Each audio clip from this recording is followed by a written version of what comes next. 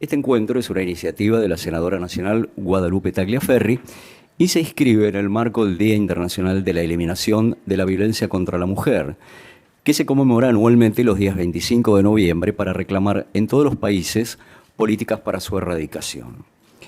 Vamos para ello a contar con la presencia de especialistas, funcionarios y miembros de la sociedad civil que nos van a ir brindando su testimonio. Antes de presentar los paneles, nos va a brindar unas palabras de bienvenida la autora de esta iniciativa, la senadora nacional Guadalupe Tagliaferri. Buenos días a todas. Tenés que usar el micrófono. Ay, sí, mira, acá.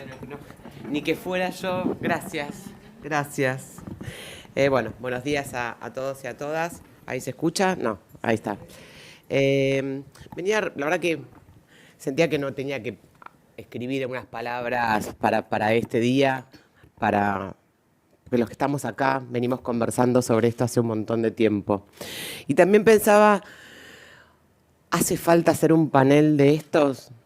La verdad que venimos hace muchos años hablando de esto, del 25 de noviembre, de lo que falta en el sistema judicial, escuchando a las víctimas, lo que hacen las organizaciones de la sociedad civil. Y ya parecía como un poco trillado. Y de repente nos encontramos en tiempos extraños, en una Argentina que empieza a negar la violencia hacia las mujeres, hacia las niñas, y entonces resulta indispensable volver con estos paneles. Resulta indispensable el 25 de noviembre alzar la voz, reunirnos, probablemente las mismas que lo hacíamos antes, sin tanta escucha, pero empezando a decir qué falta en la justicia, qué falta en la sociedad civil, por qué nos siguen matando, por qué es importante seguir hablando de esto. Y entonces tengo como una sensación encontrada. Me encanta hacer este panel con estas colegas con las que transitamos tantos años, pero sentí que no hacían falta ya, ¿no? O hacían falta cosas más creativas y no, nos volvimos a encontrar en este mismo lugar. Así que empezamos de nuevo, todas las veces que haga falta, porque no nos van a callar, porque seguiremos luchando para que mujeres y niñas no mueran y no sean asesinadas, porque seguiremos luchando para que el Estado sepa cómo y cuándo tiene que intervenir y sobre todo que intervenga. Y seguiremos diciendo al mundo que en la Argentina las mujeres y los varones sí creemos que hay que luchar para erradicar la violencia contra mujeres y niñas. Muchísimas gracias y vamos a escuchar a nuestras queridas colegas que nos van a decir todo lo que falta y por todo lo que tenemos que seguir luchando. Muchas gracias. Muchas gracias. Y vamos a ir presentando a quienes nos acompañan. En primer lugar, queremos agradecer que nos acompañe la senadora nacional Gabriela Valenzuela. Y vamos a entonces presentar el primero de los dos paneles con los que hoy vamos a contar. Nos acompaña en el estrado, por supuesto, la senadora Guadalupe Tagliaferri, que nos va a ayudar para moderar los paneles. Nos acompaña Fernanda Tarica, que es presidenta de Shalom Bait, la Asociación Civil de Prevención y Asistencia Integral a Víctimas de Violencia de Género. Nos acompaña también Alejandra Benaglia, responsable de comunicación de la Casa del Encuentro y del Observatorio de Femicidios en Argentina, Adriana Maricel Zambrano. Nos acompaña Elisa Sol Mirano, especialista del programa ONU Mujeres.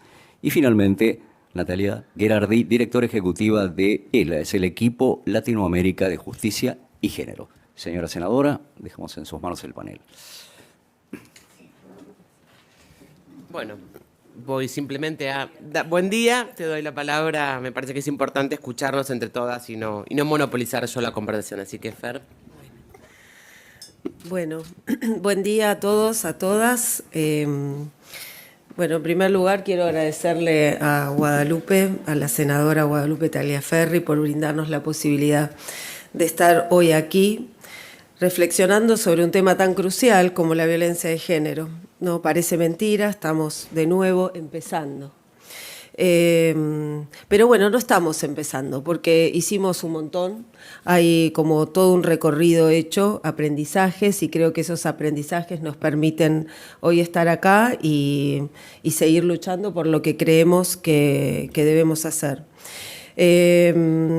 Este espacio nos permite compartir análisis y preocupaciones, pero también afirmar la necesidad de compromisos firmes y acciones concretas. este 25 de noviembre no debiera ser simplemente una fecha simbólica. El 25 de noviembre es el Día Internacional por la Eliminación de la Violencia contra la Mujer. Debería ser un llamado a la acción. Es un llamado a que las palabras se conviertan en políticas públicas efectivas, a que el compromiso sea tangible y a que la acción sea inmediata. Hace 21 años soy cofundadora de Shalom Bait. Iniciamos el trabajo en la institución. La violencia de género era prácticamente invisible en la agenda pública. Sin embargo, las víctimas siempre estuvieron ahí, enfrentando solas una realidad atroz. Durante los últimos 10 años vimos avances. Se instaló el problema en el debate público, se promovieron leyes y programas importantes, pero incluso en los mejores momentos, estos esfuerzos resultaron insuficientes frente a la magnitud del problema. Hoy enfrentamos una situación crítica. Las políticas públicas en materia de género han sufrido recortes presupuestarios severos, como si el compromiso con la igualdad y la prevención de la violencia fuese opcional, como si la vida de las mujeres y las diversidades no mereciera recursos ni protección. Estamos en ese momento. Así que como lo que se viene haciendo es la desmentida de la violencia de género, me pareció hoy importante dar alguna información que dé cuenta de la realidad. De la violencia de género existe y es un problema grande del que tenemos que ocuparnos.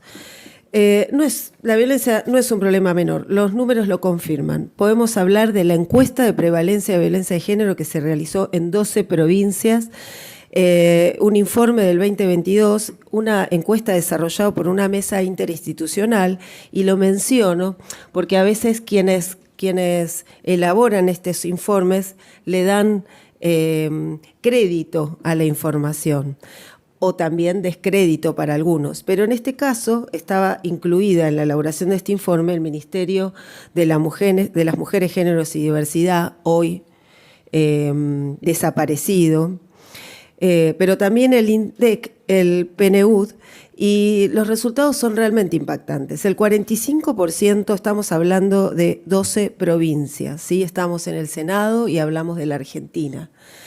El 45% de las mujeres encuestadas fueron víctimas de violencia, al menos de alguna forma de violencia. O sea, casi una de cada dos en el país.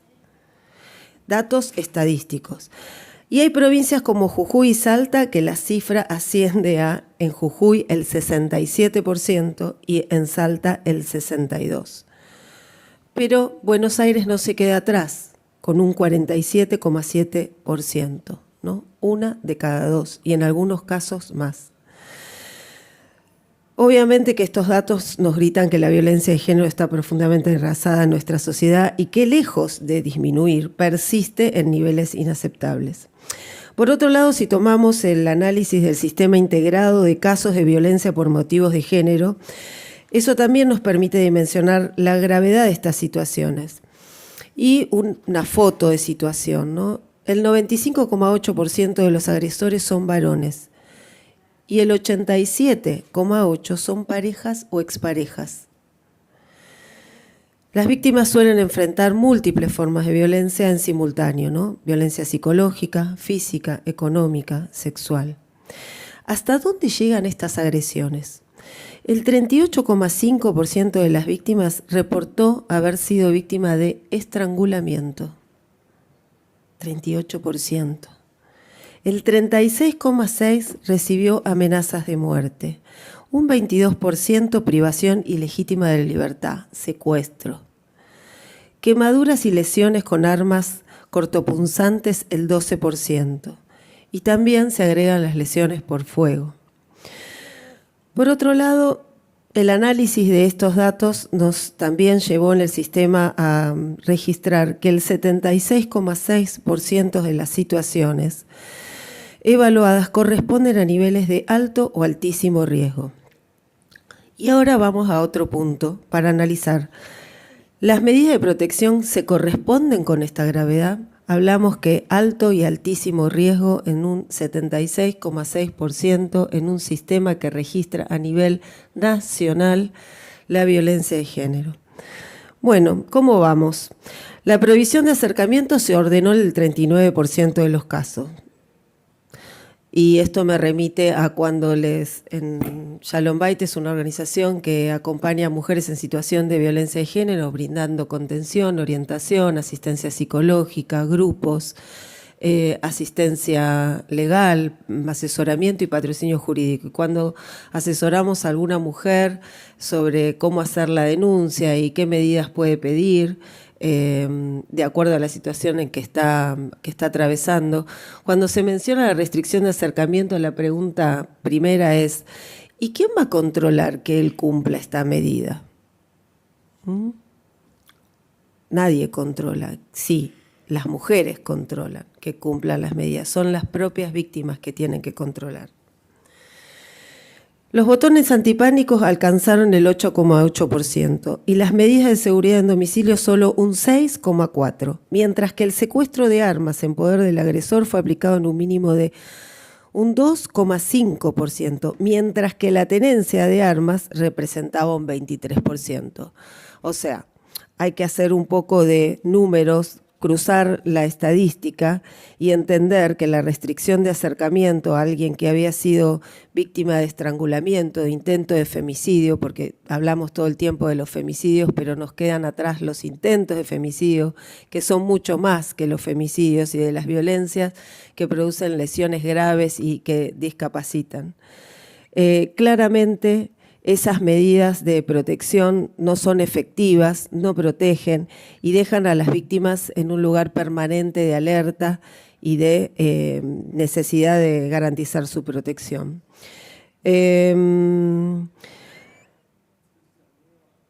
Esta situación se complica y se agrava cuando además consideramos que el 37% de estas mujeres tienen a cargo niñas y niños entre 6 y 14 años y el 33% a menores de 5 años. Solo un 10% no tiene a nadie a cargo. Entonces se suman las tareas de cuidado, el acompañamiento a sus hijos con los efectos de la violencia, el miedo, los problemas de conducta en la escuela, las enfermedades recurrentes, el enojo. Son algunas de las situaciones que deben lidiar en su cotidianidad, además de estar pendientes de la seguridad, de la protección, de denunciar incumplimientos, de ir a audiencias y de ocuparse de conseguir dinero también para pagar a abogados y abogados.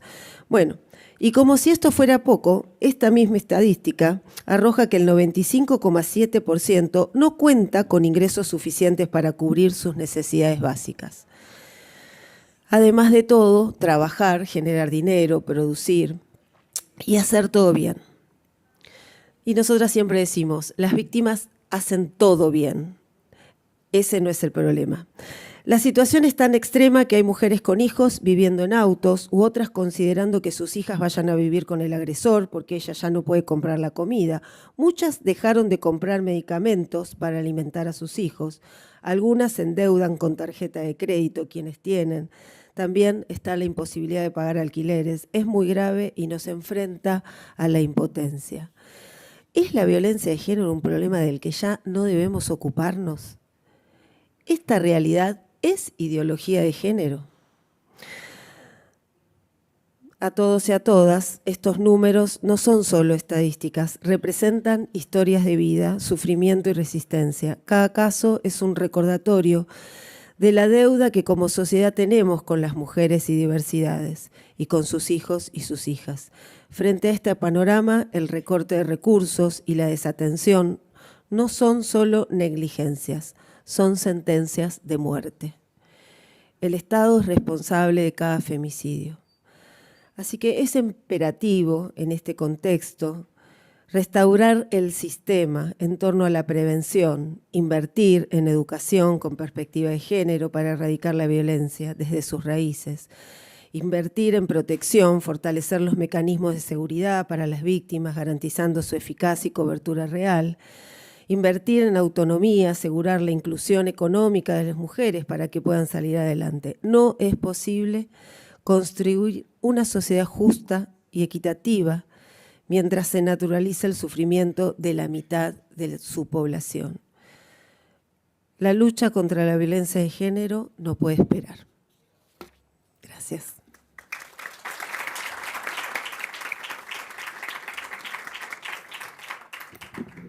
Bueno, gracias, Fernanda. Tiene la palabra Alejandra, que es la responsable, Alejandra Benaglia, perdón, la responsable de comunicación de la Casa del Encuentro, el Observatorio de Femicidios en Argentina, Adriana Maricel Zambrano, una gran amiga. Bueno, buenos días a todos y a todas. Muchas gracias por este panel, Guadalupe, Fernanda. Traigo las disculpas de Ada Rico, presidenta de la Casa del Encuentro, que no puede estar presente por una situación personal, pero no queríamos faltar a este conversatorio porque este 25 de noviembre, más que nunca, es necesario levantar la voz. La definición del concepto de femicidio es la violencia más extrema ejercida hacia una mujer por su condición de mujer. Antes que eso, en la mayoría de los casos, las víctimas habían sido objeto de otras violencias tipificadas en la Ley 26.485. La asociación civil La Casa del Encuentro fue fundada en el año 2003 con el fin de diseñar un proyecto feminista por los derechos humanos de las mujeres, niñas, niños, adolescentes y diversidades. Y crea en el 2008 el primer observatorio de femicidios en Argentina, que lleva el nombre de una víctima, Adriana Maricel Zambrano. Hasta ese momento, los crímenes, los femicidios, eran crímenes pasionales que formaban parte de las páginas y columnas de policiales como un hecho más de inseguridad. Ada Rico, presidenta de la Casa del Encuentro, planteó la necesidad de nombrar estos asesinatos desde una perspectiva de género y como una problemática política y no del ámbito privado. De ahí surge nuestro compromiso como asociación, dimensionar la violencia sexista y nombrar con el término femicidio a las mujeres asesinadas por el hecho de ser mujeres. Quiero destacar que recién en el año 2016, o sea, 8 años después de la creación de este observatorio, se lograron estadísticas oficiales a partir de la creación del Observatorio de la Corte Suprema de Justicia, que fue uno de los reclamos del Ni Una Menos en el 2015. El informe que presentamos anualmente desde el 2008 y en forma mensual desde el 2020, porque la pandemia que nos encerró nos puso en mayor peligro, especialmente a las mujeres que estaban en una situación de violencia, tuvo por objetivos desnaturalizar la violencia sexista, instalar el concepto de femicidio en el lenguaje. Hoy los medios de comunicación hablan de femicidios y digamos que prácticamente hemos erradicado el concepto de crimen pasional, porque la pasión no duele y el amor no mata tampoco. Narrar la existencia de cada mujer como sujeta plena de derechos y las vulneraciones a las que estuvo sometida, instalar en la sociedad el concepto de violencia sexista como una vulneración de los derechos humanos, un problema social, político y cultural. No como una problemática del ámbito privado, sino como un elemento más de un sistema patriarcal que hoy, en este contexto, está volviendo a ganar por sobre todo los derechos conquistados. Incidir en políticas públicas y fomentar la reforma de la legislación argentina para lograr prevención, erradicación y sanción de la violencia hacia mujeres, niñas, niños, adolescentes y diversidades. Y acá lo más terrible. Desde el año 2008 al 24 de noviembre del 2024, o sea, ayer, se cometieron 4.706 femicidios de mujeres y niñas, trans, travesticidios y lesbicidios. 434 femicidios vinculados de varones adultos y niños, 6.015 víctimas colaterales, hijos e hijas que quedaron sin madre, más del 50% menores de edad. Ambos conceptos, el de femicidio vinculado y víctimas colaterales, son aportes teóricos de la Casa del Encuentro que están incorporados hoy al lenguaje, a las leyes y a los fallos. Hablamos de femicidios vinculados de varones y adultos y quizás muchos se pregunten, ¿pero cómo? ¿Un femicidio de varones? Sí, porque fueron aquellos que quedaron en la línea de fuego, quizás entre el agresor y la víctima, o quienes tenían una relación con la víctima y quisieron defenderlas. Solo en 24 días del mes de noviembre registramos 22 femicidios y vinculados de mujeres y niñas y 2 travesticidios. 24 días, 24 víctimas. De todas las variables que analizamos en nuestros informes, 3 son las que se sostuvieron a lo largo de todos estos años. Más del 50%, como dijo Fernanda, fueron asesinadas por parejas y exparejas en sus hogares o en la vivienda compartida. Menos del 20% había realizado la denuncia y de ellas aproximadamente el 10% tenía dictada una medida cautelar de prevención. Las 2 primeras variables muestran a las claras que nos encontramos ante una problemática sociocultural, cuyo abordaje debe ser tratado como un tema de derechos humanos, desde un Estado presente. Y la tercera, que deberíamos cuestionarnos todos los actores de esta problemática, especialmente el Poder Judicial, es por qué las mujeres en situación de violencia no denuncian.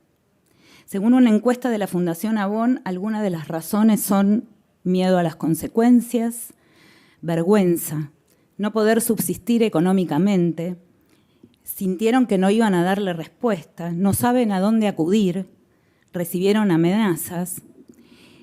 Y una variable que incorporamos nosotras es que no se reconocen como víctimas en situación de violencia. Por eso es tan importante trabajar en la prevención. O sea, sienten que la justicia no las puede proteger.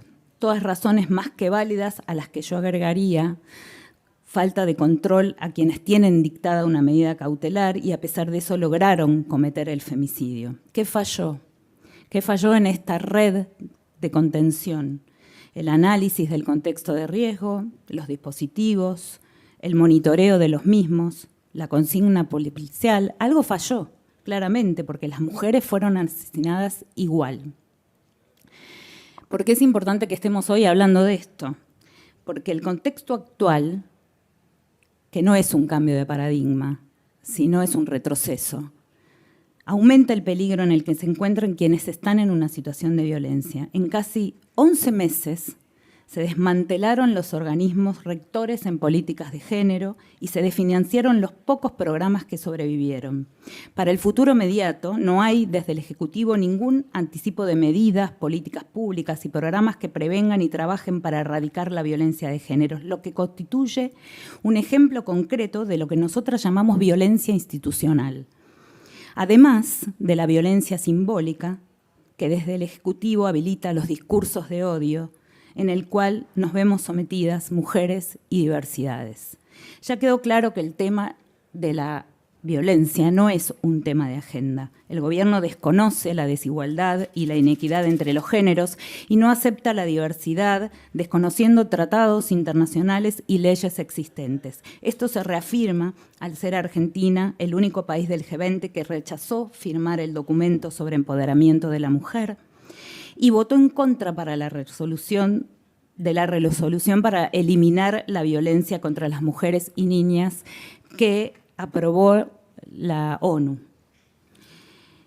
En este marco, la función de la sociedad civil se hace cada vez más imprescindible para no desamparar a quienes se encuentran en una situación de violencia. Pero esto no reemplaza de ninguna manera la responsabilidad del Estado en esa protección y prevención y el trabajo, por lo cual debemos exigir un organismo rector que haga cumplir la Ley 26485 y que presente un plan nacional contra las violencias con presupuesto, un fortalecimiento de la línea de atención que ha sido claramente desmantelada y desfinanciada, que es el 144, el cumplimiento efectivo de la Ley de Prevención y Sanción de Trata de Personas y Asistencia a sus Víctimas, el cumplimiento efectivo de la Ley cuerpo de abogadas y abogados para víctimas de violencia de género que le permite acceder a un patrocinio jurídico gratuito, el cumplimiento de la ley Micaela de capacitación obligatoria en género para todas las personas que integran los 3 poderes del Estado,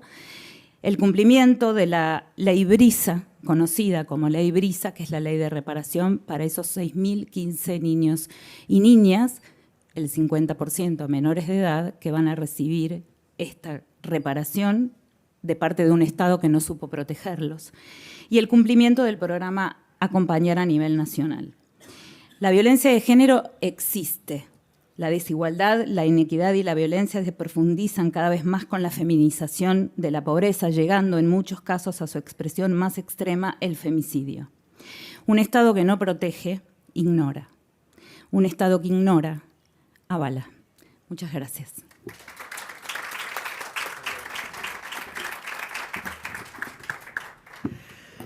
Una reflexión antes de darle la palabra a Lisa de ONU Mujeres, y seguramente Natalia nos va a poder ayudar en esta reflexión. Recién decía Alejandra que, ¿no?, de las encuestas, que son datos, ¿no?, realidades, el 20% de las mujeres que sufrieron violencia dijeron, solamente denunciaron. El resto, todas sabemos, pero es importante decirlo y decirlo acá en el Senado y en Senado TV, a minutos de que se venga a discutir y a debatir en esta casa las falsas denuncias por violencia de género. ¿Qué pasa si las mujeres dicen que el 20% no denuncian por miedo a las consecuencias? Sabemos todo lo difícil que es probar muchas veces la violencia dentro de la casa. La violencia, sobre todo la que se da en el nicho, ¿no?, con el marido, con la expareja.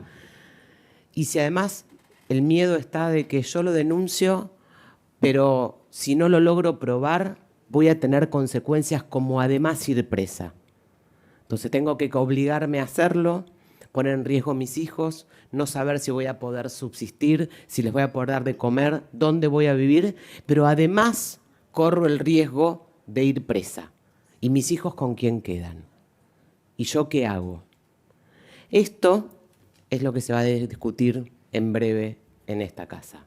Entonces me parece también importante buscar los mecanismos y seguramente, insisto, Nati, que es abogada, yo no lo soy, me podrá explicar claramente, bueno, qué otros mecanismos, porque está bien, una falsa denuncia en cualquier término está mal, no solamente en género, en cualquier término está mal. Bueno, qué mecanismos hoy ya nos plantea nuestro andamiaje jurídico frente a las personas que hacen denuncias falsas. Pero acá estamos hablando de denuncias falsas en violencia de género. Están yendo un escalón más, ¿no? Digo, invito a esa reflexión, invito a que seguramente la saco un poco de temario a Natalia, pero bueno, son los desafíos que tenemos hoy también en términos de violencia de género. Ahora sí, por favor, a Lila que nos dé sus palabras en nombre de ONU Mujeres. Gracias. Gracias a la senadora Guadalupe Tagliaferri por promover este espacio que sabemos que en este momento son muy necesarios estos espacios de encuentro, de diálogo. Como decía hoy Fernanda cuando llegamos al inicio, aunque fuéramos muy poquitas, vale la pena como seguir generando estas interacciones y estos diálogos. Agradecer también a Fernanda Tarica de Shalom Bait por convocarnos en este encuentro de hoy. Y quería, en todo caso, hoy que es el Día Internacional de la Eliminación de la Violencia contra las Mujeres y las Niñas, y el primer día de inicio de los 16 días de activismo que finalizan el 10 de diciembre, que es el Día Internacional de los Derechos Humanos, y que esta es una iniciativa, una campaña que desde el año 1991 se viene impulsando inicialmente a través de organizaciones de la sociedad civil, del movimiento del activismo de la sociedad civil, que muchas veces empuja, ¿no?, la agenda, y esto es interesante, y después fue adoptada por el secretario general, y tenemos la oportunidad todos los años de tener estos 16 6 días en donde podemos visibilizar esta problemática. Y cuando estaba preparando la presentación me fui encontrando con algunos números. Este año la campaña tiene un fuerte foco en los femicidios porque básicamente a nivel mundial es un número que está arrojando datos alarmantes. En el año 2023 la cantidad de mujeres muertas intencionalmente a nivel mundial fue de 85.000. Esto quiere decir que una mujer muere cada 10 minutos en el mundo por motivos, por violencia de género. Y es interesante también saber que, bueno, en América Latina, en 18 países de América Latina, hubo unos 3.500 asesinatos de mujeres por este tipo de violencia. Y es interesante saber que el 60% de estas mujeres, el asesinato se produjo en su entorno doméstico, y cuando se miran las estadísticas de los varones, solamente el 11% de los varones, de los hombres asesinados, se produjo en su espacio doméstico privado, ¿no? Entonces ahí la contraposición entre violencia contra las mujeres es significativa, y este dato es figurativo, ¿no? En Argentina sabemos que en los últimos 10 años las tasas de femicidios se mantuvieron relativamente estables. Estamos más o menos en unos 250 casos anuales. Esto da cuenta obviamente de que aún es muy importante seguir, profundizar, mantener, ¿no? Porque habla un poco de lo que señalábamos, el factor estructural de este tipo de problema, la multicausalidad de un fenómeno que es muy difícil de abordar y que requiere esfuerzos articulados, esfuerzos mancomunados entre muchos actores sociales que además tienen que establecer los canales propicios, institucionales adecuados para dar solución a este problema, ¿no? Y que eso a veces es complejo. Y señalar también, como decía, como trajiste vos también, Fernanda, los datos de la encuesta de prevalencia, con una prevalencia alta de violencia contra las mujeres en una encuesta que se hizo en el año 2021, que los datos los conocimos en el 2022, pero que además también en esa encuesta se indagó también a las mujeres cuántas de ellas, de estas casi una cada 2 mujeres que sufrieron algún tipo de violencia en su vida, cuántas habían hecho la denuncia, y el porcentaje era bajísimo, era del 22%. Contra también el otro dato, que cuando se les consultó a las mujeres entrevistadas cuántas de ellas conocían los dispositivos de asistencia, más del 60% dijo conocerlos, ¿no? Entonces ahí entra un poco el factor que traía también la senadora con respecto a por qué las mujeres no denuncian y cuáles son todavía los mecanismos que es necesario fortalecer para que efectivamente existan, digamos, confianza de las mujeres en la justicia, para saber que el acceso a la justicia está garantizado para ellas, y que el proceso de salida del círculo de violencia no recaiga tan sobre los hombros de las mujeres, ¿no? Que tienen que hacer todo un trayecto muy complejo para efectivamente romper y acceder a la justicia. Cuando hablaba con Fernanda me decía, bueno, podés hablar también de los avances. Sabemos que, bueno, en los últimos años hubo avances, no solamente en Argentina, en toda la región. Muchos países de América Latina cuentan con leyes de protección integral. Nosotros tenemos la 26485, que es una ley que efectivamente está, digamos, en un diálogo, es una ley robusta, digamos, ¿no? Que contempla, digamos, todas las medidas que se tienen que adoptar para abordar integralmente la problemática. Y también en muchos países de América Latina, en 18 países de América Latina, la figura del femicidio también está reconocida, ¿no? Que esto también es un dato importante de traer. Pero en contraposición con estos avances en lo normativo, la inversión que se hace en materia de abordaje de prevención y de protección de las mujeres es muy bajo, ¿no? Se hizo un estudio, el MESEC hizo un estudio en países de América Latina y el Caribe, y el porcentaje del presupuesto nacional oscila entre el 0,1 y el 1%. Entonces seguimos, digamos, no más allá de tener leyes y más allá de existir mecanismos institucionales, no institucionalidad de género en muchos de los países, todavía la inversión presupuestaria que se necesita para abordar el problema sigue siendo muy baja. Y lo paradigmático quizás también de esto es que la violencia contra las mujeres le cuesta al Estado, le cuesta mucho más que la prevención. En un estudio que hizo el Banco Mundial, la violencia contra las mujeres a los estados les cuesta aproximadamente un 3,7 del PBI. Bueno, y sé que ella también hizo un estudio de esas características acá en Ciudad de Buenos Aires, entonces ahí también, digamos, hay un factor fundamental por el cual no solo hay que trabajar en las políticas de prevención en las políticas de atención y respuesta, sino también en la prevención como una medida necesaria para abordar el problema.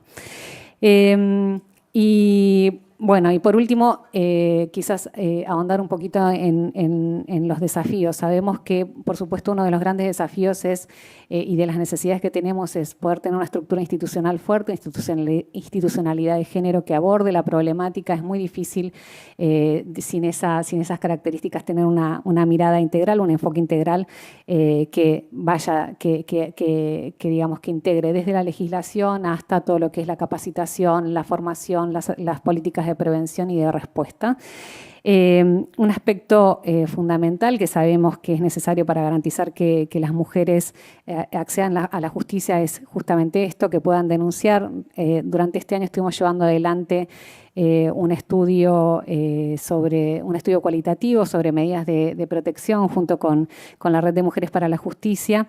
Y bueno, y por supuesto, uno de los grandes emergentes de este estudio tenían que ver, por un lado, con la carga que recae sobre las propias mujeres con respecto al acceso a la justicia, ¿no? Muchas de ellas tienen que dar seguimiento propio a sus medidas en un contexto complejo de desprotección. Entonces, muchas de las mujeres, si las medidas no se renuevan automáticamente, muchas de ellas dejan caer, la causa se cae y, digamos, bueno, más allá de todos los otros desafíos interinstitucionales, ¿no? De diálogo, de fortalecimiento de los mecanismos de armonización de datos entre los distintos fueros y demás, pero además una gran necesidad de respuesta desde el Ejecutivo, ¿no? O sea, soluciones habitacionales para las mujeres, un poco lo que traías, Fernanda, ¿no?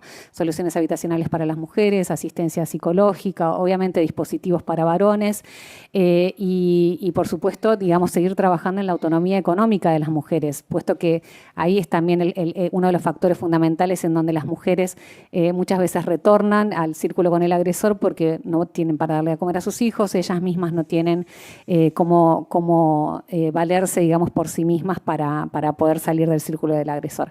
Y un dato interesante que traigo por último, y porque sé que después habilita el diálogo posterior, en la última...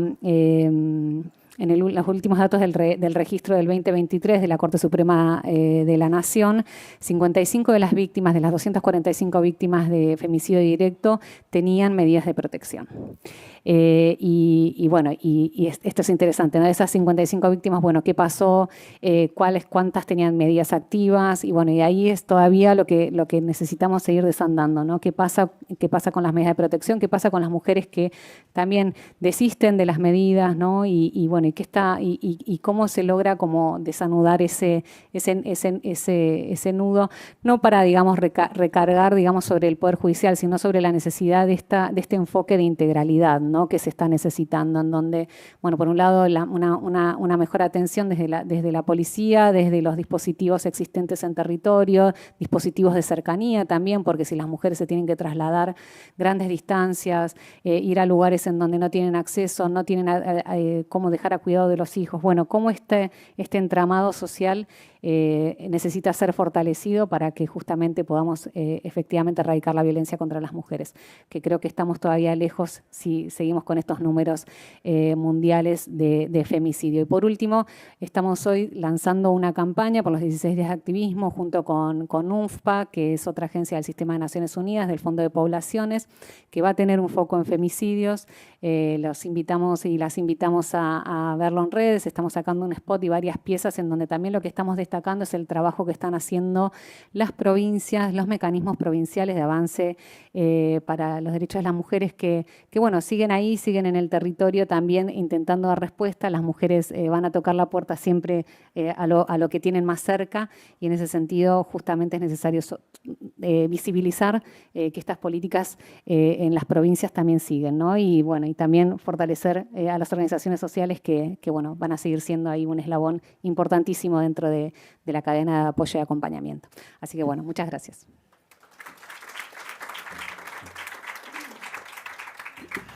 Muchas gracias, Lisa. Bueno, ahora para terminar este primer panel, tiene la palabra Natalia Gerardi, directora ejecutiva de ELA, que es el equipo latinoamericano de justicia y género. Gracias. Muchas gracias. Bueno, gracias por la invitación y por organizar este espacio de encuentro y de conversación. Gracias por sumarse.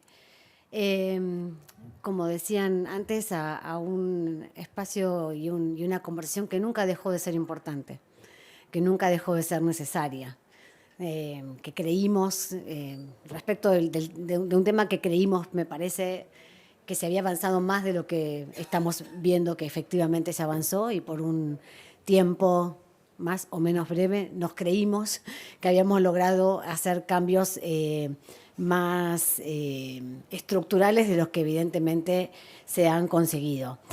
Pero hemos logrado un montón de cosas. Y la semana pasada hicimos un encuentro desde ELA junto con la Defensoría General de la Nación para hablar sobre acceso a la justicia, una cosa más enfocada, digamos, en poder judicial y políticas públicas. Y una de las participantes de la provincia de Río Negro, si recuerdo bien, usó una frase que me gustó y me la apropié, que es: hagamos un inventario de capacidades. En referencia a María Esperanza Casullo, que es una politóloga muy interesante. Y ella sugería que hiciéramos ese inventario de capacidades y me gustó la imagen, ¿no? De pensar, bueno, pasemos ese inventario de qué sí tenemos, qué sí hemos construido. No por dejar de ver todo lo que la situación actual, pero sí para saber con qué contamos para enfrentar esta situación tan adversa en la que estamos. Y en ese inventario yo pongo en un lugar destacado la capacidad de acción colectiva, la construcción colectiva, ¿no? Llegamos hasta acá habiendo construido un camino a lo largo de muchos años y habiendo armado estrategias y mecanismos de exigibilidad. Las leyes que se aprobaron son más que normas, son estrategias y herramientas que nos dan posibilidades de accionar. ¿Accionar frente a quién? Bueno, diferentes espacios. Ante el Poder Ejecutivo, los poderes ejecutivos, municipal, provinciales y nacional, ante el ámbito internacional, ante el Poder Judicial, ante las fiscalías. Digo, son herramientas para exigir. No porque vayamos a obtener siempre buenas respuestas. Muchas sí lo sabemos, o sea, las respuestas son muchas veces extremadamente insuficientes, parciales, mentirosas, equivocadas, injustas, no porque tengamos buenas respuestas, pero eso no quiere decir que no tengamos que seguir usando esos mecanismos que ganamos, que son las leyes y las normativas de diferente tipo, para tener mecanismos de exigibilidad. Y ahí un primer punto que quería hacer era hacer visible, sin duda, el enorme retroceso que hay a nivel nacional, la mala fe federal con la que el Estado Nacional ha desarmado políticas públicas, financiamiento, espacios, instituciones, etcétera. Y la idea de la mala fe no es solamente un concepto moral, es un concepto jurídico de mala fe federal. Nuestra Constitución Nacional reconoce la organización federal del Estado argentino. Eso quiere decir que hay responsabilidades del Estado federal, de las provincias, pero también hay responsabilidades concurrentes, donde deben trabajar coordinadamente. El ámbito de la atención de la violencia hacia las mujeres, las políticas públicas y las políticas sociales vinculadas con la atención de la violencia es uno de esos espacios en los que hay responsabilidades concurrentes de la nación y de las provincias. Yo creo que es cierto que durante mucho tiempo las provincias descansaron excesivamente en lo que la nación promovía. Durante mucho tiempo ninguna promovió gran cosa, eso es lo primero para decir. A partir de la movilización masiva del 2015 empezó a hacerse visible ese reclamo y empezó a moverse una agenda pública que reconocía el tema de la violencia, que no era nuevo, que lleva siglos de desarrollo y de consolidación, y sin duda muchas décadas de activismo feminista y de organizaciones de mujeres en Argentina, en la región y en el mundo. A partir del 2015 eso se hizo visible y entró en la agenda pública. Y los estados, el Estado Nacional, a través de las diversas gestiones, empezaron a reconocer y a dar lugar a eso. Y creo que las provincias, algunas más, otras menos, tuvieron algunos movimientos, pero yo creo que insuficientes, y durante mucho tiempo dejamos, digamos, de exigir tanto a las provincias porque exigíamos a la nación. No hay que dejar de exigirle a la nación, pero hay que exigirle también a las provincias que organicen sus recursos y prioricen el abordaje de las desigualdades estructurales por razones de género, que es lo que está atrás de la violencia contra las mujeres. No vamos a acabar con los femicidios si solamente trabajamos sobre los femicidios, hay que trabajar sobre todas las violencias, lo sabemos bien, y no vamos a acabar con las violencias si solamente trabajamos sobre violencias. Hay que trabajar sobre las condiciones estructurales de desigualdad de género que tienen que ver con raíces económicas, con participación en el empleo, con políticas de cuidado, con participación social y política, ¿no? con el ejercicio de la libertad y la justicia reproductiva, decidir cuántos hijos queremos tener, con quién, de qué manera, en qué momento. Entonces, una agenda integral de igualdad por razones de género es la que va a contribuir a mejorar las condiciones que hoy perpetúan en Argentina, en la región y en muchos lugares del mundo estas desigualdades estructurales que generan después las violencias por razones de género. Entonces, cuando nos dicen la violencia no tiene género, decís, pucha, o sea, miran alrededor, se miran a sí mismos, miran, no sé, sus propias vidas, la gente con la que conviven, probablemente lo hacen de una manera muy sesgada, y eso es parte de lo que tenemos, ese sentido es parte de lo que tenemos que disputar. Lisa mencionaba algunos datos, entre tantos que recorrió, que vale la pena detenerse. La violencia no tiene género, nos dicen. Bueno, a ver, sí, claro, vivimos en una sociedad violenta, tenemos muchas expresiones de violencia, y es cierto que cuando miramos las estadísticas en Argentina y en el mundo de muertes violentas, los varones son más asesinados que las mujeres. Hay más asesinatos, muertes violentas de varones que de mujeres. Pero las condiciones, el lugar, el perpetrador de esa violencia es muy distinta. Entonces, esto no lo digo porque no hay que trabajar sobre la violencia, no sé, de las mil maneras que impactan y terminan con la muerte violenta de varones. Claro que sí, pero no podemos hacer lo mismo para todo como si fuera la misma respuesta.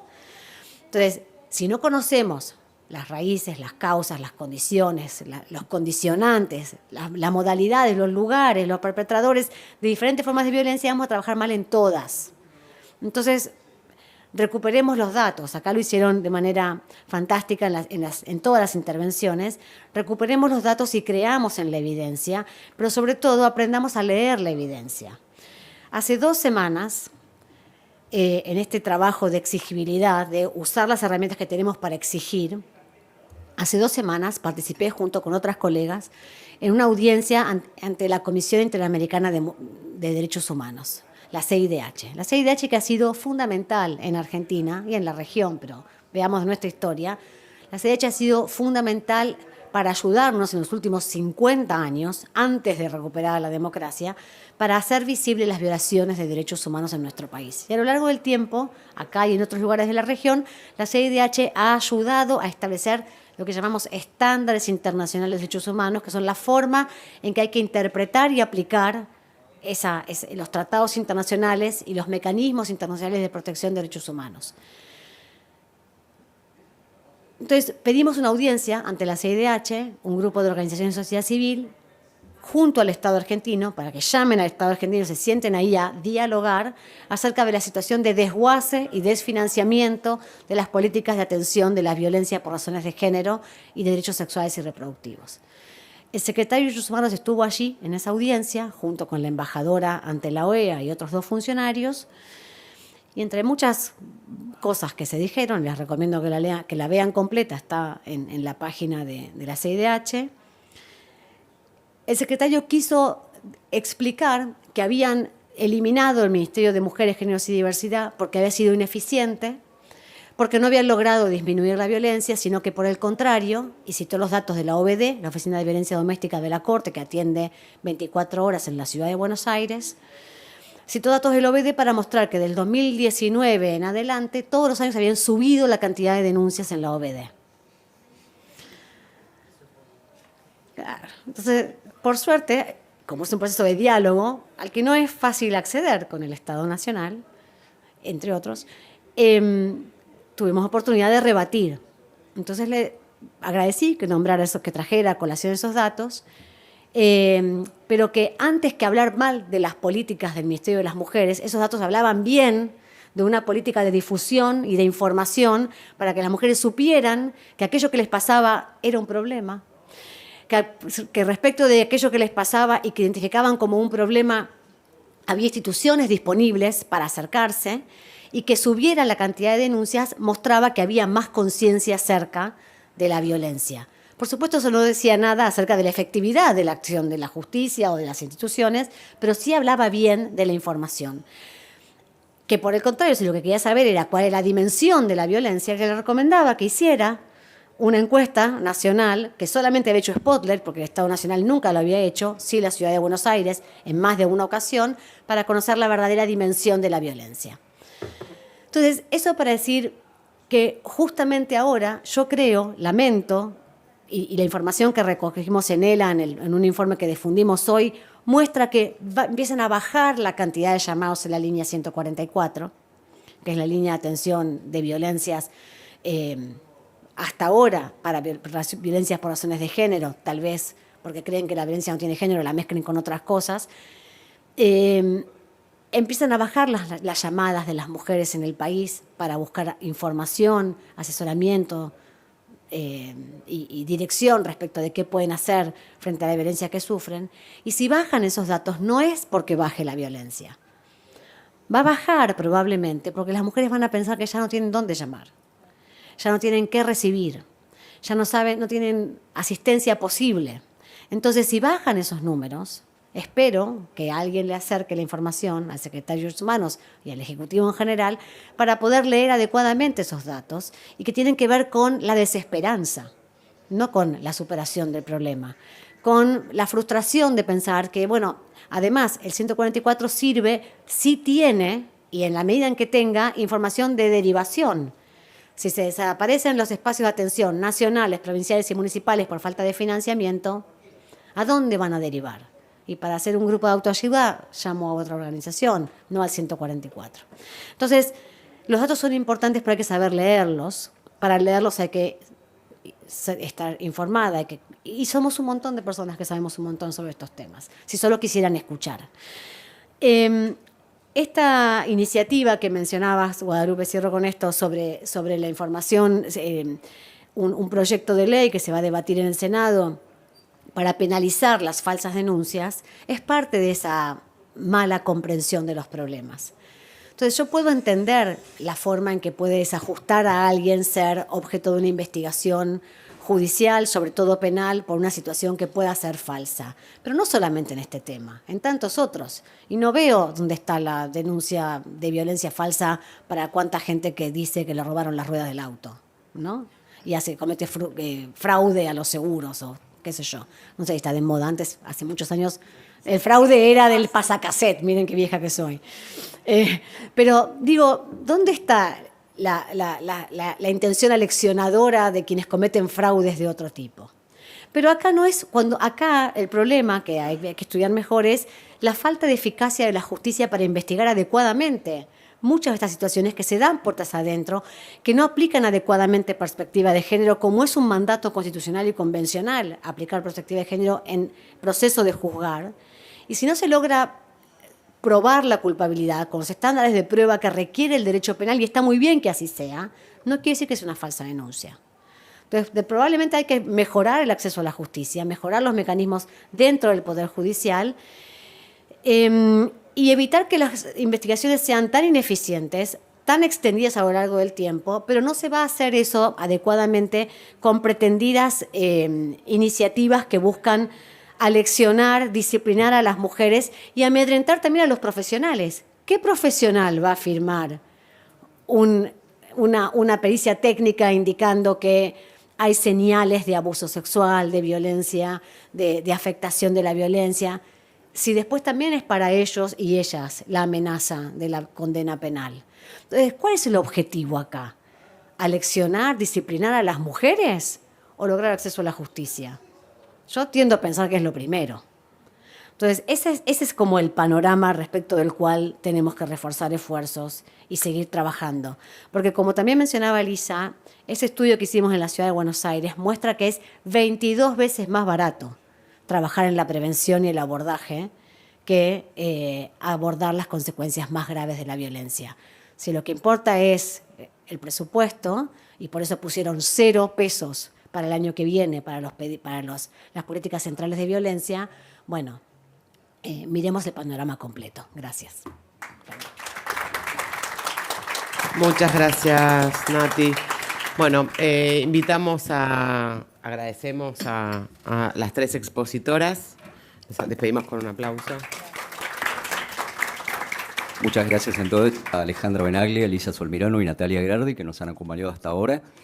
En el segundo panel seguiremos con la presencia de la senadora y de Fernanda Tarica de Shalom Bait, y vamos a invitar a acercarse al estrado a Gloria Ruiz Moreno, auxiliar fiscal del equipo especializado en género de la Unidad Fiscal Este, a Tamara Santoro Neyman, coordinadora del área de prevención de Shalom Bait, y a Rocío Esperati Aquino, hermana de María Esperati Aquino, víctima de femicidio. Muchísimas gracias, señora senadora. El panel queda en sus manos. Bueno, vamos a escuchar entonces a Gloria, que nos cuente un poco por qué es necesario seguir hablando de esto. Totalmente, muchas gracias. Buenos días a todas y a todos. Es un honor para mí estar hoy acá participando de este encuentro conmemorando al Día Internacional para la Eliminación de la Violencia contra la Mujer. Antes de empezar, quiero agradecer a Fernanda Tarica, directora de Shalom Bait, por tan generosa invitación, y por supuesto a la senadora Guadalupe Tagliaferri por abrir este espacio de encuentro tan necesario, como dijeron todas las expositoras previamente, en los tiempos actuales. Es un gusto también para mí poder contarles el trabajo que hacemos desde el Ministerio Público Fiscal de la ciudad, y qué mejor oportunidad que la de hoy para que conozcan y, por qué no, evalúen el trabajo como operadores judiciales. Hoy estoy representando a la doctora Genoveva Cardinali, primer fiscal a cargo de una fiscalía especializada en violencia de género, pionera en la investigación de este tipo de casos. Actualmente es coordinadora de la Unidad Fiscal Este, de la cual depende el equipo especializado en violencia de género del que estoy a cargo. Ella, por cuestiones personales, no pudo venir, así que, bueno, voy a hacer todo lo posible para poder estar a la altura de las circunstancias. Les cuento un poco de qué trabajo, qué es lo que hago. Soy auxiliar fiscal del equipo especializado en violencia de género Este hace ya unos años. El equipo fue creado en plena pandemia, cuando desde el Ministerio Público Fiscal de la ciudad se advirtió que la situación de peligro para las víctimas había crecido exponencialmente con el encierro, requiriéndose una inmediata intervención por parte del Estado. Fue así entonces que para el año 2020, por resolución del fiscal general de la ciudad, Juan Bautista Maíquez, se crearon 4 equipos especializados en violencia de género, uno por cada zona de la ciudad. Para quienes no saben, el Ministerio Público Fiscal tiene dividida la ciudad en 4 zonas de trabajo: norte, sur, este y oeste.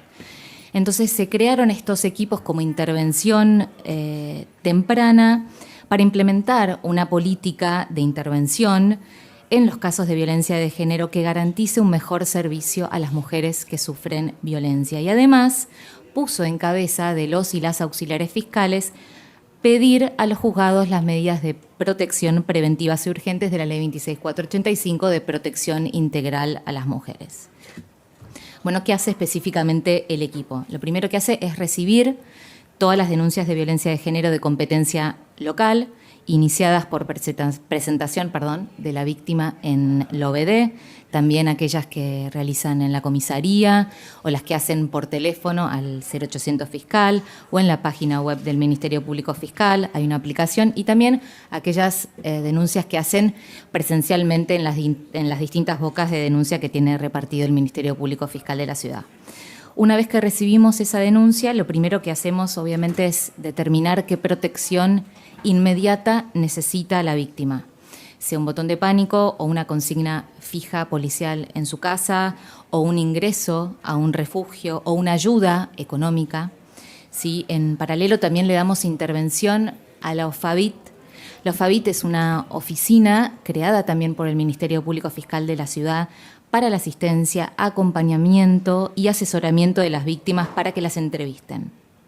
En ese informe que las y los profesionales elaboran, se dejan asentados los indicadores que permiten analizar la situación de riesgo en la que se encuentra inmersa la víctima y también el pedido de las medidas de protección de los términos de la Ley 26485.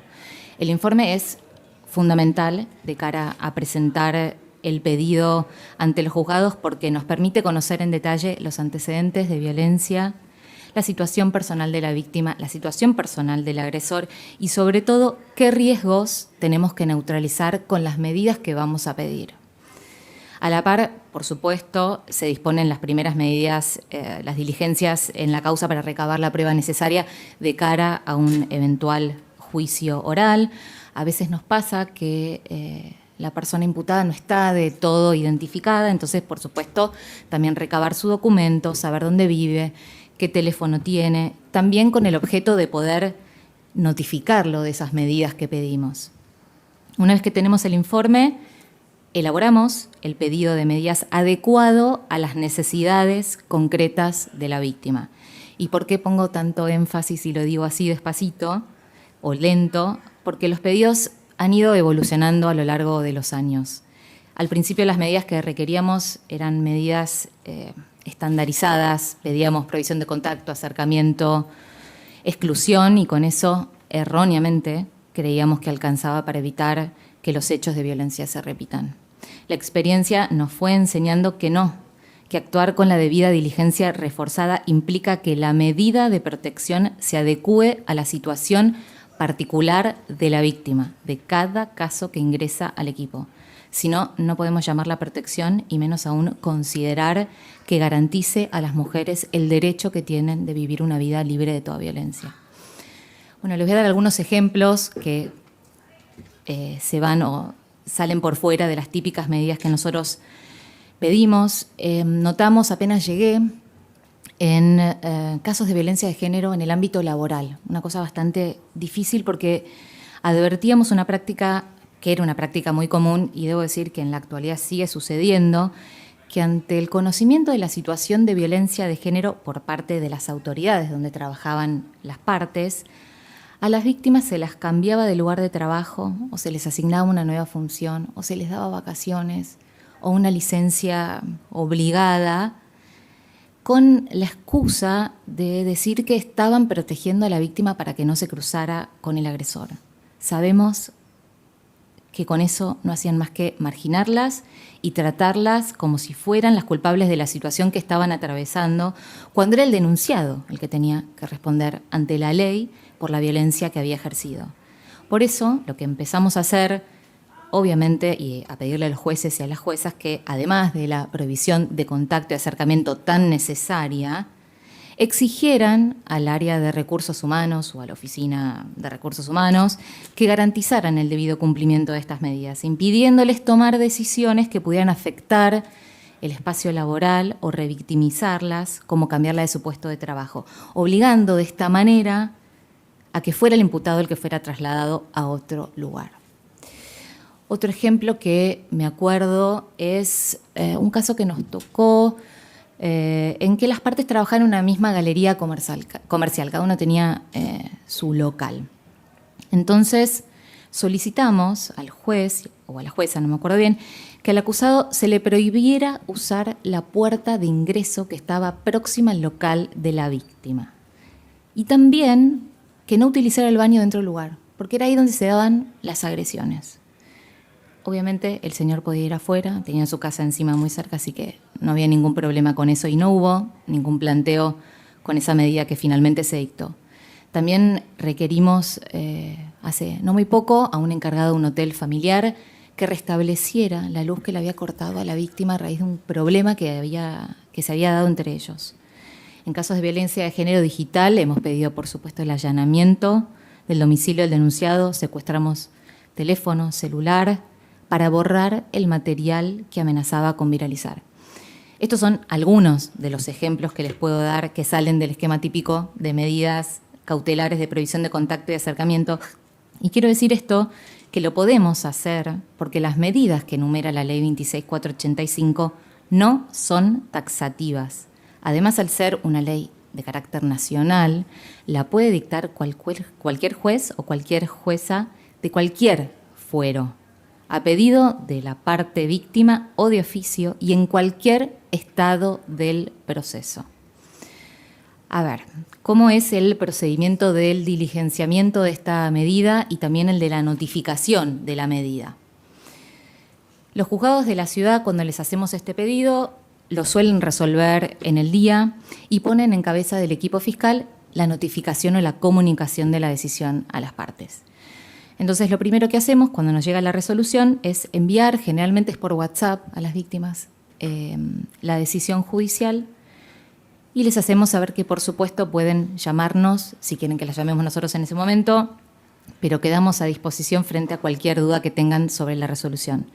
También le pedimos a la policía que se haga presente de inmediato en el domicilio del denunciado para que lo notifiquen personalmente y en paralelo, si tenemos un teléfono y tiene la aplicación de WhatsApp, también se la enviamos por WhatsApp para que tome conocimiento de la resolución.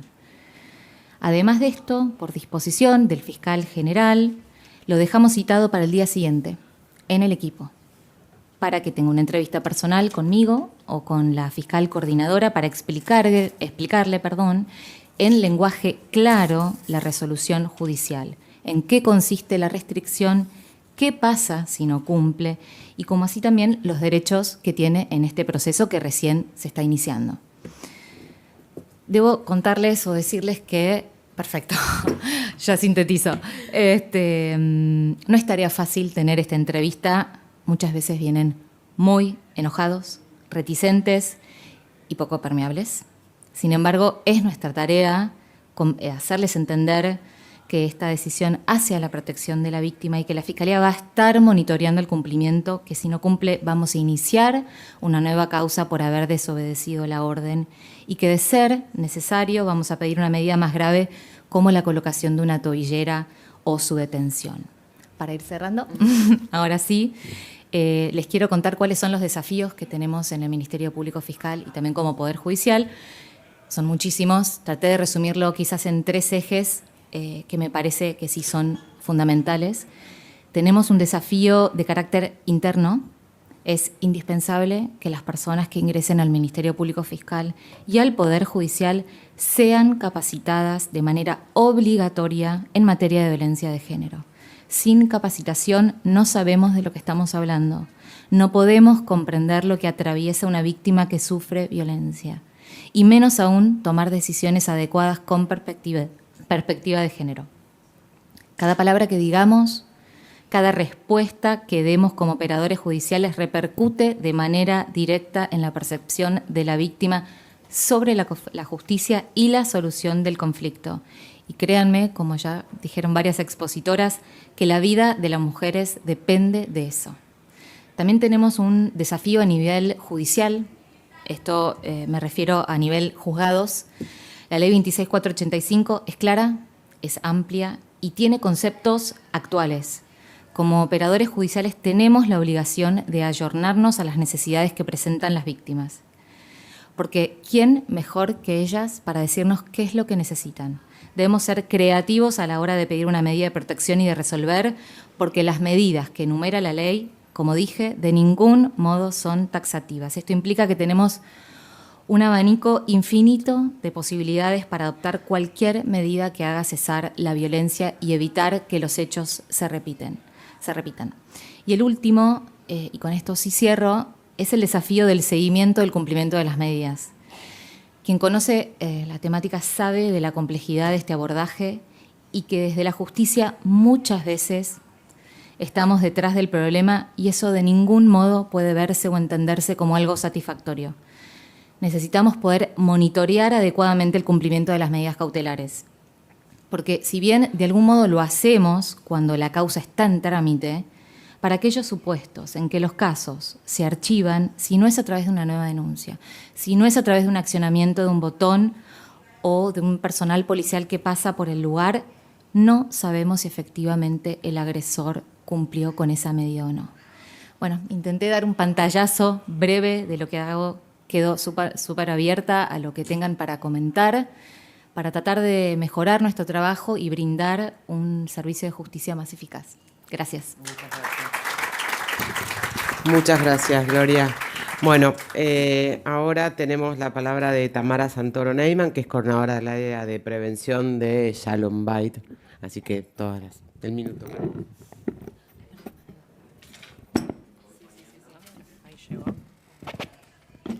Hola, hola.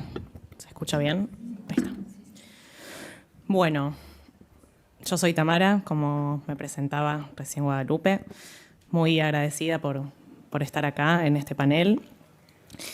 Y bueno, yo quiero compartirles para sumar a tanta información, cifras y estadísticas que fueron compartiendo todas las expositoras, visibilizar la palabra de las mujeres, ¿no? Desde Shalom Bait siempre tenemos esa intención para que no sean solamente testimonios, sino también puedan ser parte activa de lo que tiene que ver con discusiones de asuntos que en definitiva determinan su propia vida y la de sus hijos e hijas, ¿no?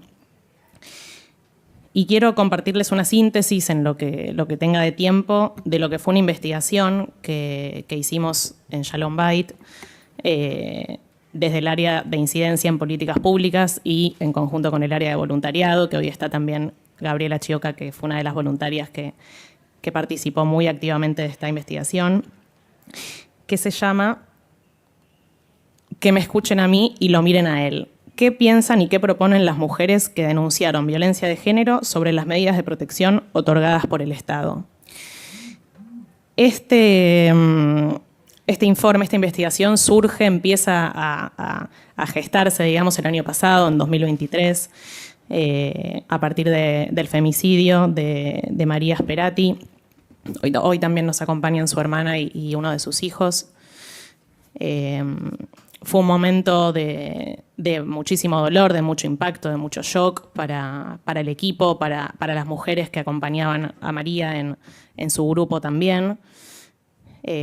María fue una de las tantas mujeres que semana tras semana iba a la fiscalía que tenía su caso y pedía que mejoraran sus medidas de protección acorde al nivel de riesgo que ella vivía, que era altísimo porque había sido víctima de un intento de femicidio por parte de su expareja.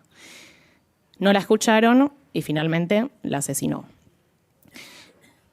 Después de ese momento de parálisis, pasamos a la acción, ¿no? También de decir, bueno, ¿qué podemos hacer para retomar la lucha de María y la de tantas otras mujeres que acompañamos? En Shalom Bait hay 12 grupos activos de mujeres de ayuda, de grupos de ayuda mutua, y llegan mujeres semana tras semana, con lo cual semana tras semana hay cientos de mujeres que pasan por nuestra organización y las acompañamos. Y bueno, llevamos adelante esta investigación para conocer cuáles son, ya las conocíamos, ¿no? Pero digo, sistematizar de alguna manera también como datos y argumentos que puedan servir para cambiar la realidad en conjunto con los datos y las estadísticas, de qué les pasa en concreto con las medidas de protección que reciben, ¿no? ¿Cuál es el impacto en su vida cotidiana? ¿Son eficaces o no lo son? ¿Se sienten más protegidas o siguen viviendo con miedo? Bueno, hacia allí fuimos y entrevistamos a 26 mujeres que asisten a nuestra organización.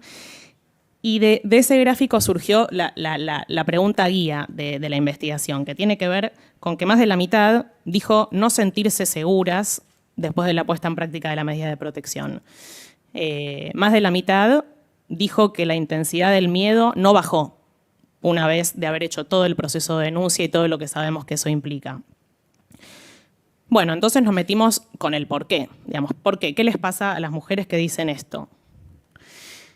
Trajimos algunos testimonios que voy a leerlos, también los pueden leer de la diapositiva. Malvina nos dijo, las mujeres somos las que portamos el botón antipánico. Me perturbaba, era algo revictimizante. Todo el tiempo recordándote la situación en la que estás. Todo a cargo de nosotras. Las que tenemos que estar alerta para avisar si se acercan, si se presentan en nuestras casas, en la calle, en cualquier lado. Denunciamos por vivir en alerta por miedo, pero continuamos en alerta con las medidas. Lorena expresó algo similar.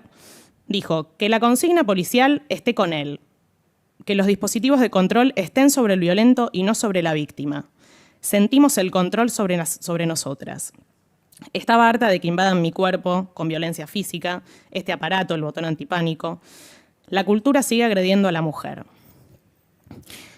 Bueno, la pregunta que deberíamos hacernos es por qué una consigna policial está en la puerta de la casa de la víctima y no en la puerta de la casa del agresor, o por qué está en la esquina de la escuela de los hijos e hijas del denunciado o en la esquina del trabajo de la mujer víctima y no en los espacios por los que transite quien ejerce la violencia. Y ahí adjuntamos una nota en la cual hay un antecedente en un caso que en realidad hay varios. Este es uno de Salta, pero hay antecedentes en otras provincias del país, como Río Negro, como Tierra del Fuego, recientes, en los que sí se asignó la consigna policial en el domicilio del agresor, pero porque lo fue a pedir la abogada que representaba a la mujer. O sea, es una excepción. Y la pregunta también es, ¿por qué tienen que solicitarlo y esperar un tiempo hasta que se le asigne esa consigna al domicilio del agresor y no se lo ofrecen directamente a las víctimas? Digamos, ¿por qué no se simplifica ese proceso que se traduce en más carga para las mujeres? Entonces, bueno, el primer motivo, ¿no?, de la pregunta que les decía que guió la investigación. ¿Por qué las mujeres siguen sintiéndose desprotegidas? Bueno, porque sienten que en la mirada del sistema judicial el control está puesto en ellas, en sus cuerpos, en sus rutinas, en sus actividades, en las de sus hijos e hijas, y no sobre los agresores.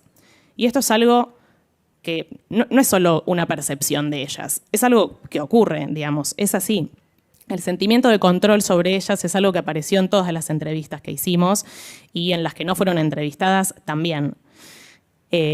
Más vigilancia y monitoreo sobre los agresores es lo que las mujeres necesitan y lo que debería pasar para que puedan sentirse más protegidas, porque ya cargan con un montón de cosas, por el hecho de ser mujeres, ya lo sabemos, más allá, digamos, de estas situaciones específicas de violencia doméstica, pero también porque tienen que ir denunciando una y otra vez los incumplimientos, como decían antes, todas las que expusieron, estar atrás del vencimiento, digamos, de sus medidas cuando no tienen un patrocinio con perspectiva de género, que es por lo general lo que pasa, porque cuesta también encontrar eso. Continúan en miedo y en alerta, digamos, denuncian para poder salir de ese lugar y continúan allí, aún con la puesta en práctica de medidas de protección. Bueno, estas preguntas que tenemos que seguir haciéndonos para poder hacer estos cambios que además son sencillos de hacer y tienen que ver con voluntad política, por sobre todo. Bueno, ¿qué otras cosas nos dijeron las mujeres en estas entrevistas? Hicieron también mucho foco en relación a las consecuencias, o falta de consecuencias, mejor dicho, sobre el incumplimiento. Lucía nos dijo: yo quisiera que hubiera alguna consecuencia o un llamado de atención o algo como para que él sepa que hay alguien que está controlando, que la prohibición de acercamiento no es solo un papel, que si tenés ganas de cumplirlo lo cumplís o no.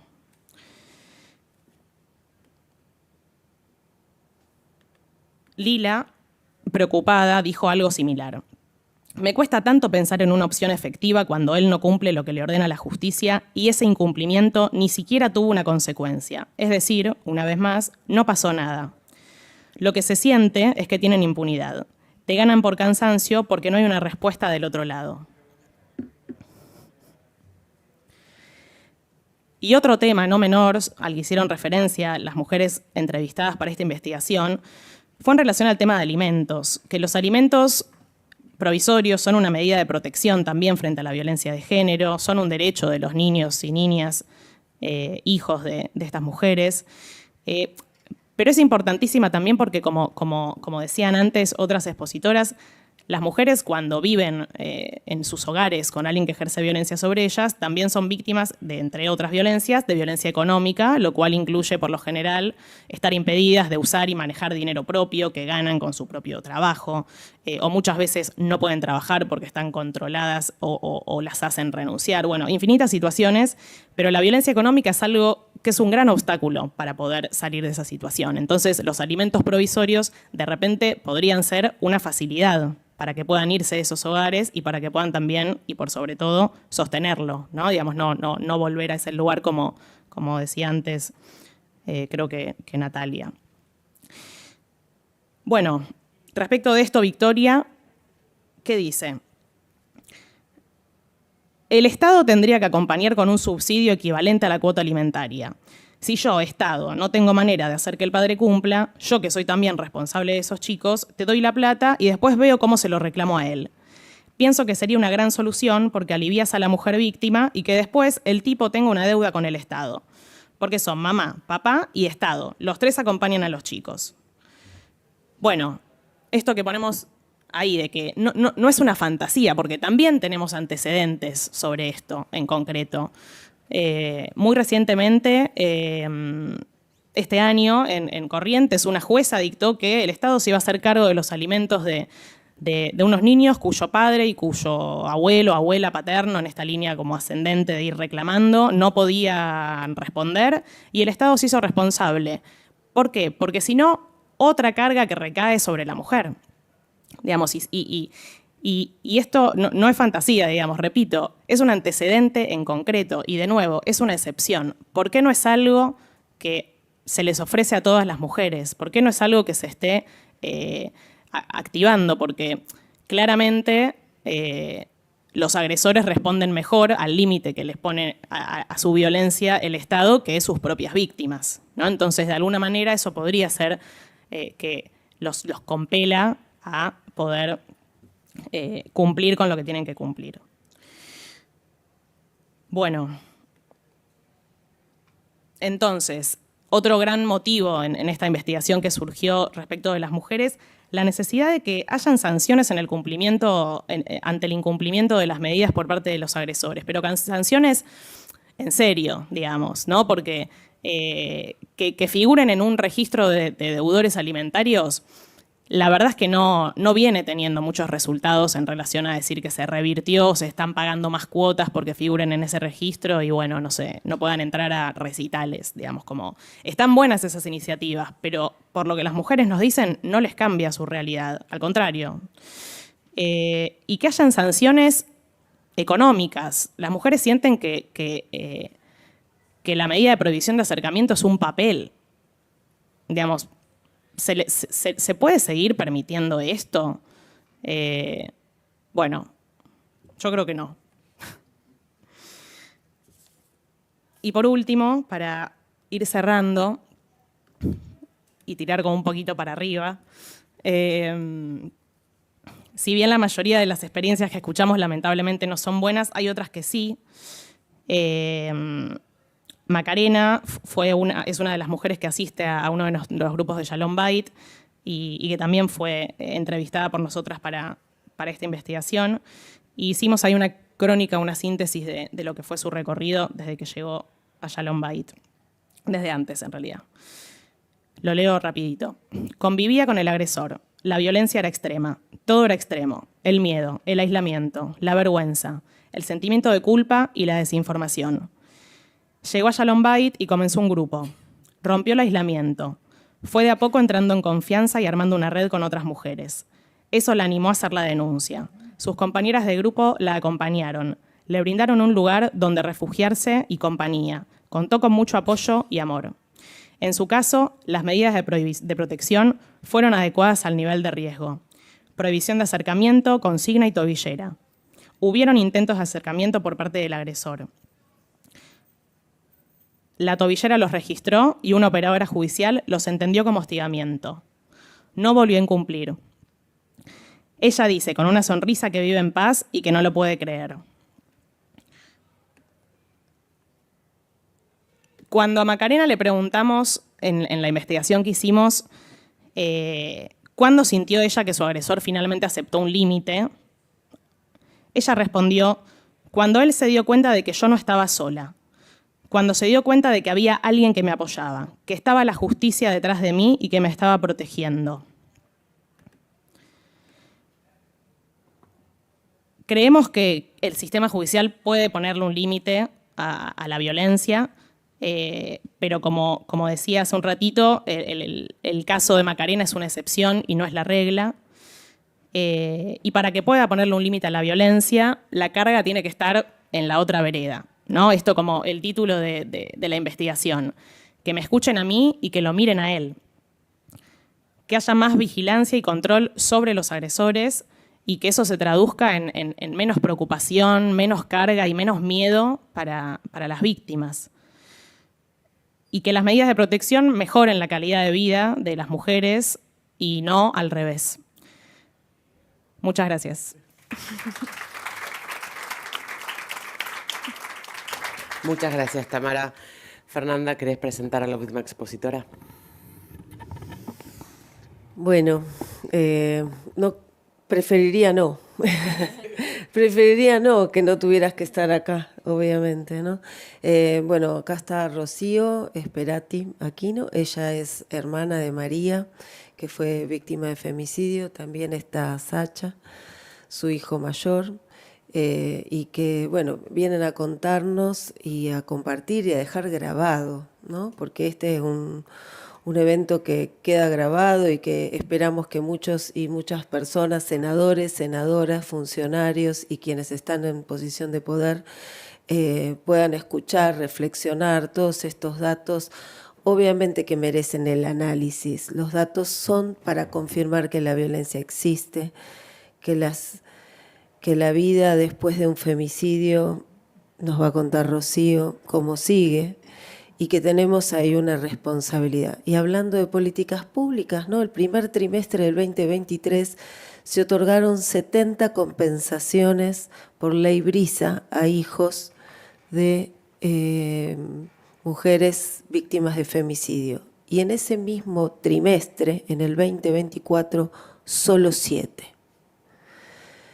Estamos acá para escucharte, Rocío, y bueno, ojalá que nos ayudes con tu testimonio a hacer cambios, a mejorar y a tener más compromiso en las políticas públicas por parte del Estado.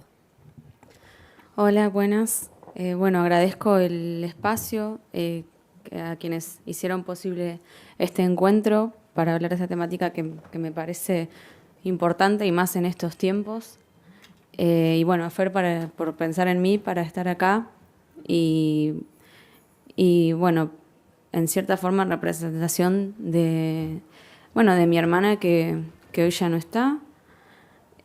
Cuando escuchaba a las demás hablar sobre los números, estadísticas y diferentes situaciones, no podía evitar pensar en mi hermana y que efectivamente pasó por la mayoría de esas situaciones. Bueno, muchos ya saben, ella en julio, bueno, el año pasado fue víctima de femicidio, pero 1 año y 8 meses antes había sido víctima de un intento de femicidio. Hizo la denuncia, pero lo caratularon como lesiones leves. Entonces su agresor nunca fue preso. Lo que podría, de haber sido así, podría haber evitado que hoy mis sobrinos sean huérfanos. Como ya dijeron, ella iba todas las semanas a Fiscalía a pedir el cambio de carátula, a ver cómo iba la causa. Y cuando preguntaba por qué no lo ponían como tentativa de femicidio, que fue lo que le pasó, porque ella dijo, a mí me quisieron matar. Lesiones leves no refleja lo que me pasó. La respuesta fue que como había sido un intento de estrangulamiento, como la estranguló, pero cuando mi sobrino menor entró a la habitación, se detuvo, no había manera de demostrar la intención. Esa fue la respuesta que le dieron. Hasta el día anterior a su muerte estuvo en la fiscalía para ver cómo iba la causa, cómo iban las pericias. Hubo 2 fiscales en el momento, habló con ambos, incluso también habló con el juez de la causa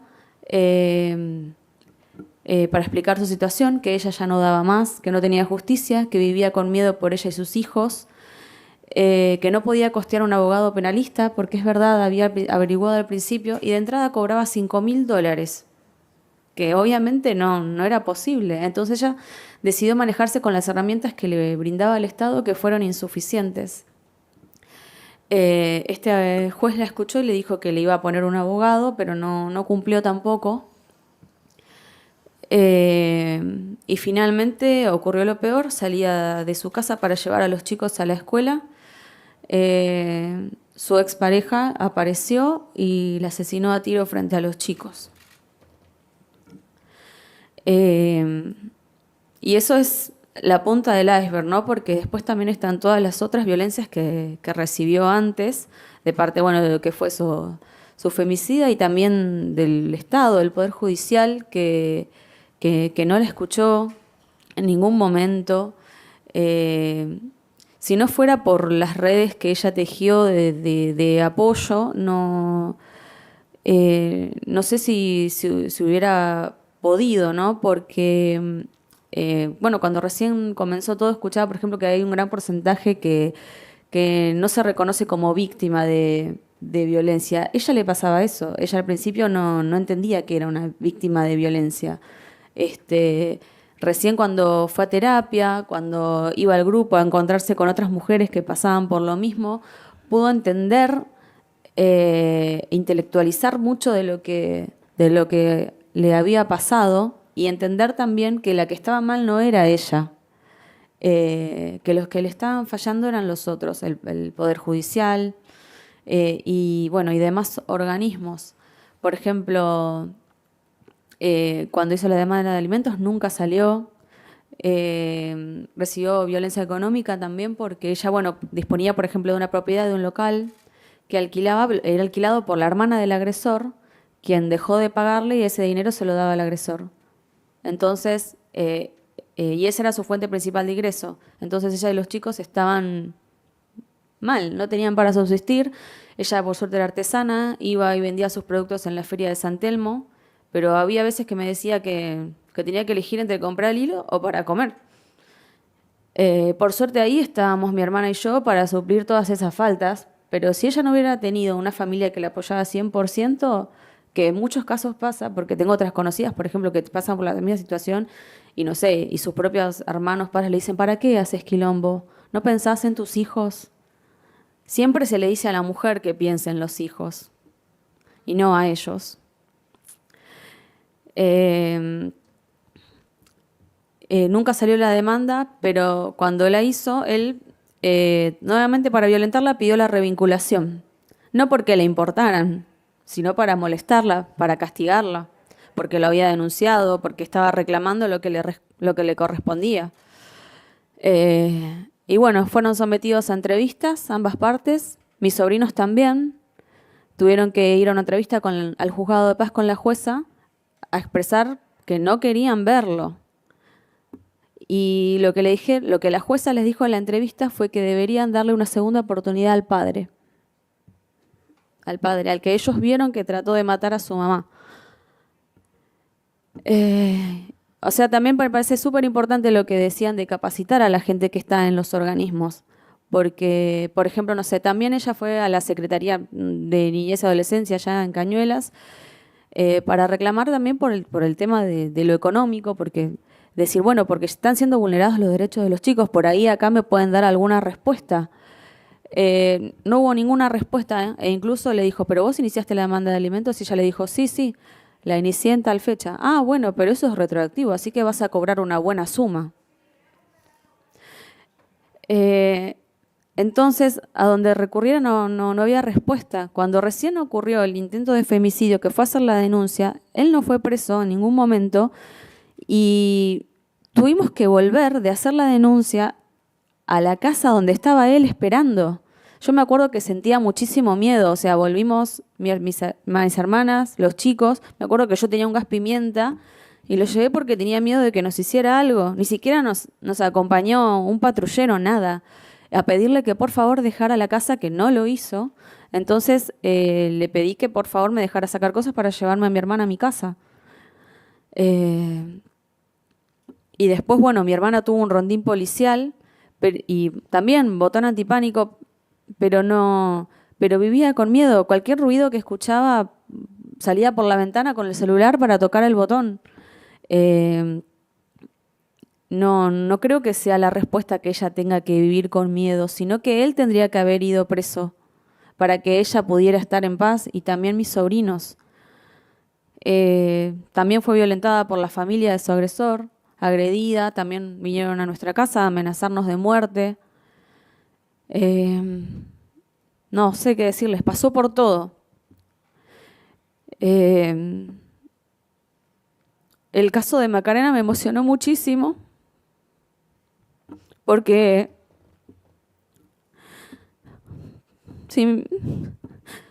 mi hermana podría estar acá. Porque significa que no es imposible, que es posible.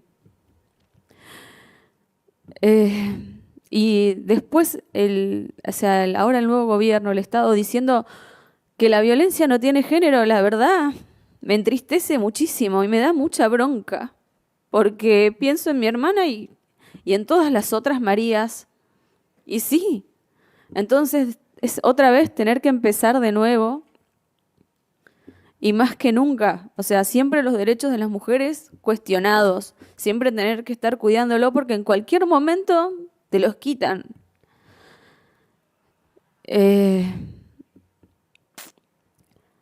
No sé mucho más que decir, pero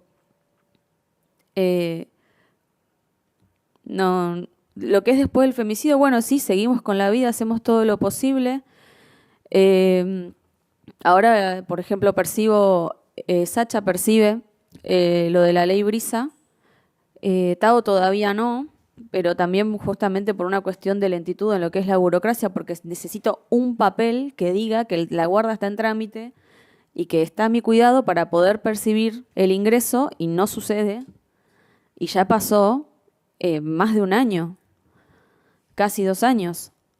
Por lo que también sigue siendo ineficiente, incluso después del hecho tampoco se repara a los hijos, que igual también, o sea, tampoco hay una reparación. ¿Cómo van a reparar que quedaron huérfanos, que vieron a su mamá entendida en un charco de sangre en la vereda? Nunca lo van a poder reparar.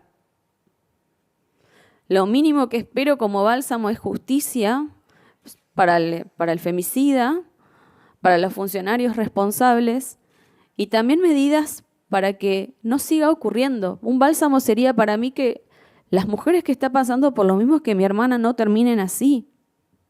Es lo único. Y no puedo hablar de lo que pasaron mis sobrinos después, porque por respeto a ellos, por su privacidad, el dolor, el miedo, la ansiedad, el pánico, no puedo describirlo. Así que, y también destaco eso de que hay que decías de trabajar también con los varones, porque hay que tratar también de involucrarlos. Yo conozco algunos varones con los que hablo de la temática y me dicen, no, pero a mí me da vergüenza, no puedo hablar de este tema, o cuando pasa algo, no sé, comparten imágenes sin consentimiento o demás cosas, o saben que de alguna manera están violentando a sus mujeres, pero no hacen nada. No, porque, no sé, tienen miedo de que los saquen del grupito de WhatsApp, de que no los inviten a jugar más a la pelota, de ser excluidos. Y yo lo entiendo, pero mientras vos tenés miedo de que no te inviten más a jugar a la pelota, a nosotras nos están matando. Entonces es necesario también hacerlos parte, porque son ellos los que perpetran los femicidios. O sea, nosotras podemos hacer todo lo posible para cuidarnos entre nosotras, pero también es importante que concientizarlos y que tomen parte activa. Mis sobrinos son varones y bueno, trato de hablarles siempre sobre esta temática para que el día de mañana no sean violentos, no sean machistas. Y lo único que sí me consola, bueno, es este espacio, estas redes, las mujeres, las amigas que nos acompañan, que si María no se hubiera animado a denunciar y a luchar tan incisivamente, no sé si hoy en día hubiéramos recibido todo todo este apoyo que la verdad que fue fundamental para seguir acá, seguir llevando la vida, porque es muy fuerte. Si no fuera por todo ese amor que recibimos, no sé qué hubiera sido. Y bueno, lo único que me queda ahora es traer el testimonio de mi hermana y su memoria. Y bueno, gracias por permitirme expresarlo.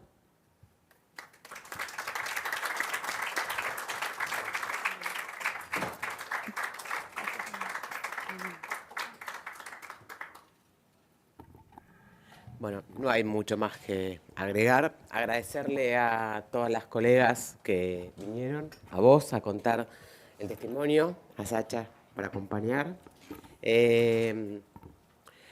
Simplemente seguir luchando frente a un clima de época que nos propone violencia como forma de relacionarnos. Todas nosotras y todos los varones que se nos quieran sumar, debemos seguir alzando la voz de esta manera, mostrando datos, mostrando lo que hace la justicia y lo que se puede mejorar, lo que hacen las organizaciones sociales hace muchos años, los desafíos, lo que saben que las mujeres necesitan, exigirle al Estado, que no es un organismo que depende de un gobierno, sino que es donde estamos todos nosotros, que brinde estas respuestas. Como decía Natalia, no perder lo que ya conseguimos, conseguir más, pero que no nos gane la violencia, que no nos gane el clima de época, que no nos quiebren, que no nos frustren. Y la mejor manera de que eso no pase es hacerlo colectivamente. Así que esto que pasa en la Argentina, pasa en el mundo. No permitamos que en la Argentina lo quieran negar. Muchas gracias. Muchas gracias, senadora. Y de esta forma concluye este encuentro sobre eliminación de la violencia contra la mujer. Les agradecemos muchísimo por habernos acompañado. Muy buenas tardes.